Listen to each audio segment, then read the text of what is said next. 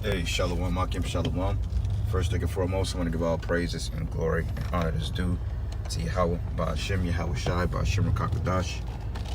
Double honors to the apostles and the elders, a great millstone. Peace and blessings and salutation to the hopeful elect. Those in this gospel, brother, lift up the standard of Yahweh, ahchyam, Yahweh Shai, wherever it may be. It's ahchyam, Mahaloya, coming back with another lesson. Lord's will to be edifying.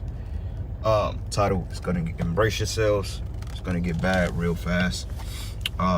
Inspiration comes from the brothers down in Miami. They were speaking on how things are going to get bad and how expect to meet your guardian angel. Lord's will, we be delivered from this common hell, man, because each Israelite, especially the men of the Lord, have a hedge of angels around them. That's why it tells you the angels are camping around those that fear him. So, who knows what type of dangers we could have befell or that was attempted to overthrow us or thwart us, and the Lord just did away with it without you even knowing about it. Sometimes coming out for work in the morning, who's to say that it wasn't a damn Rottweiler out there or a pit bull or some type of beast trying to take you out, man? So you just never know. So you can always count your blessings and say to what he held by Shemai Shai, even through all the hell, even through the catching hell of this place, and going through your trials and tribulations, you still gotta praise Yahweh by Shemai Shai, man. Okay, because ultimately it's him that keeps us breathing, all right, and keep us safe from our enemies, man. And we're coming into some times now that we're gonna need just that. We're gonna need protection from our enemies because Esau is getting ready to lose it. You see, with these prophecies coming to pass and the men of the Lord waking up at a faster rate than ever. This devil, he's really making moves, man, because now they're talking about the MOTB directly in the news, but yet you still have men that call themselves Israelites that's still going against that, still negating that prophecy, okay, when it's plain as day that they want to put everything into a digital infrastructure, and I will say it that way, okay, because the scriptures say so, man. Revelation 13 and 16. Okay, it says he causes both small, great, rich, and poor to receive a MOTB in their right hand or in their foreheads. Okay, you cannot buy and sell this save he that had the MOTB. Okay, that's in the scriptures. So there's no way around it. So how can a God say that, well, that ain't talking about that, but never break it down to its entirety? You say, oh, it's a philosophy.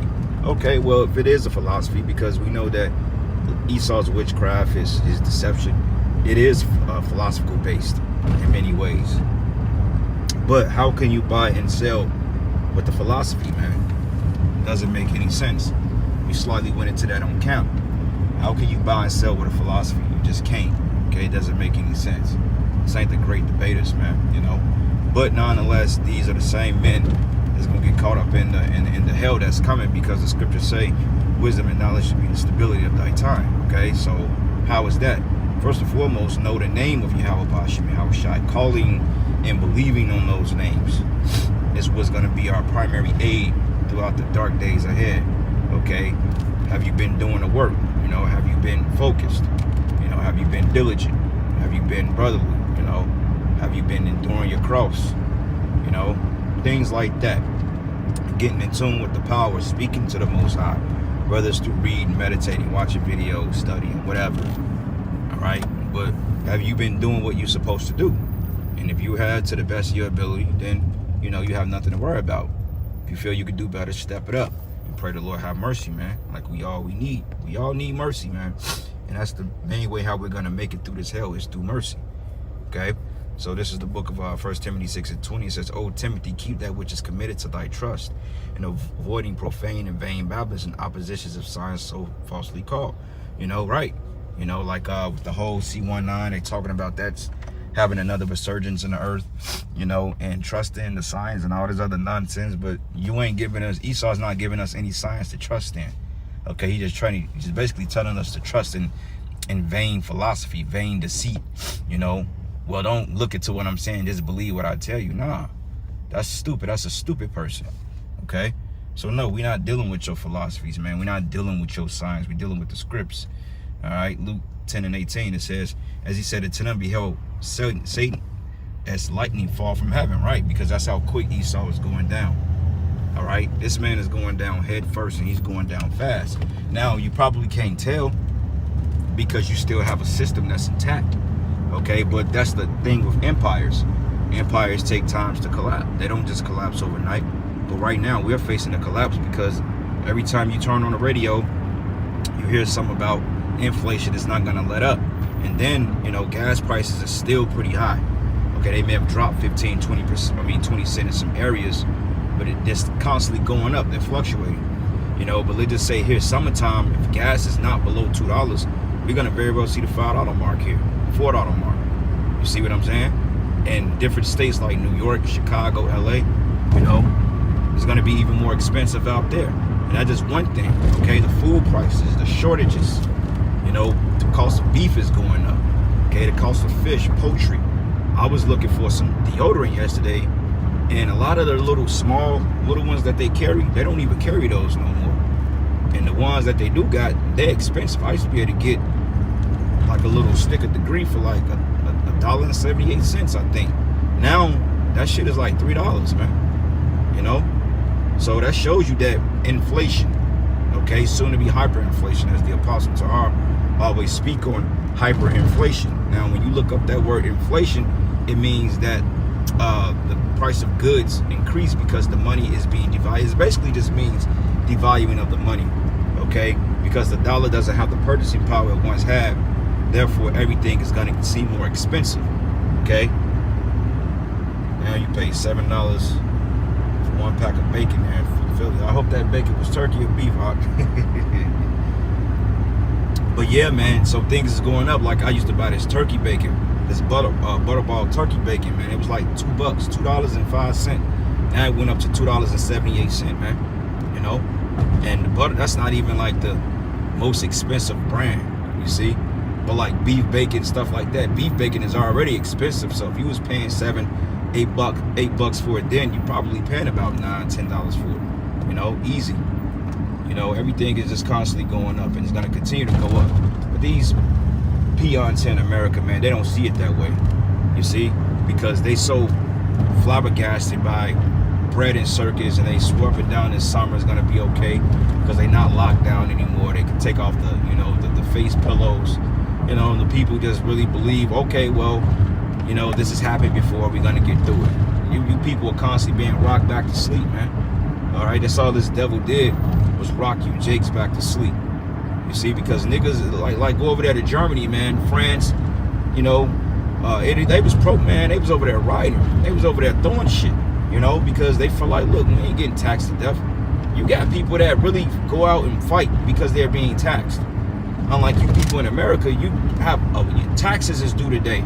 The crazy part about it, I ain't even do my shit. I was like, I don't even give a fuck. I need to do it. But see what they did new, and what I was trying to figure out with this whole tax thing, it's like when I did my taxes last year, I end up on, but it's like they took way more, but I still end up on them. You know, now it's paid off, but it just like every time I try to file my taxes, there's always some bullshit. There's always something that get mixed up or concocted. And honestly, this is the worst time of the year. You know, once December 31st hit and they start sending out those W-2s, I'm like, here we go.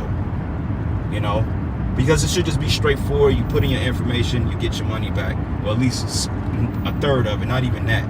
Okay, they really ripping you off. But it's just like every time you do something, you end up on them. I'm like, how the hell do I owe you? But I overpaid y'all. Y'all owe me, if anything. So it's just like, I don't want to deal with the headache of it. So I got to go and do it today, which I do mine myself anyway. Straightforward, 10-minute process, but it's just a headache, man. You know, dealing with this shit. You know, everybody brag, I'm going to get X, Y, and Z back, man. Look, ain't nobody finna get nothing back in a little while because, hey, you ain't going to have no tax returns to file, man, at the end of the year. Because this system is getting ready to crash, man. All right? And I'm surprised that it hadn't crashed completely yet because you people is the one that's keeping it afloat.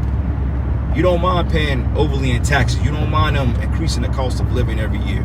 You don't care about Esau doing X, Y, and Z. As long as you got a job to go to, which you're not even getting all your money. But as long as you got a job you go to, then you straight, man. You know, because like I figured out too, now when you fill out the W-4 forms, they don't give you those like those exemptions. It's not like an exemption, but they don't let you do allowances no more. So you can file out the least the taxes, at least not to Jake. Now, this idiotic co-worker I work with, this guy claimed that he's still able to fill out his itemized deductions and get the most, well, they take out less tax. But I didn't have that option to do that. So I'm thinking it's because, they put Jake in a higher tax bracket, because a lot of people was filling out for those deductions, man, because they don't want to be taxed. That people need their money.